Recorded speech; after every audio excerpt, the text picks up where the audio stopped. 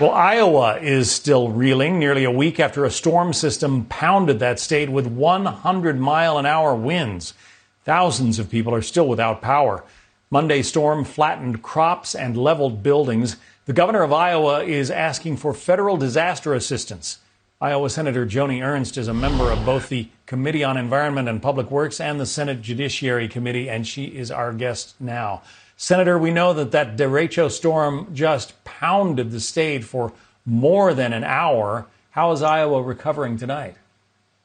Yes, well, I tell you, John, Iowans are resilient. They are pulling together, but it is a devastating situation. The derecho hit on Monday, and it affected a lot of our cropland area. Nearly 10 million acres have been affected.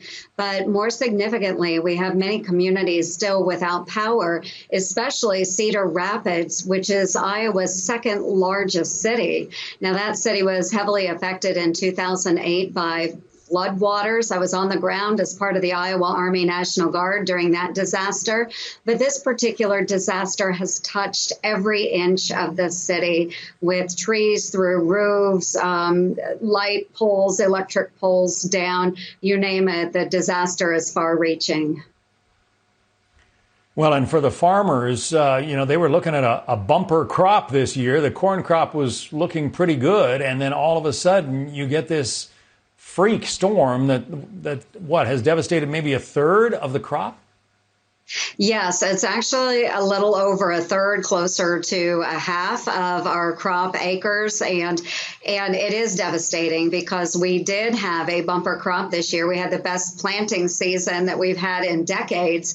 And right now the corn is twisted and broken off and laying flat in the fields, which means that broken off corn won't be able to be harvested. And a lot of the storage capacity as well has been leveled. The grain bins have been crushed just like a pop can, and it is extremely sad to go out and see those sights. You know, Iowans are pulling together. Like I said, we'll make it through this, but we have to continue working on recovery, and we certainly need electric going back to these communities. Folks have been without electricity now going on 5 days, and the energy company has said it could be another 3 to 4 days before they get power restored.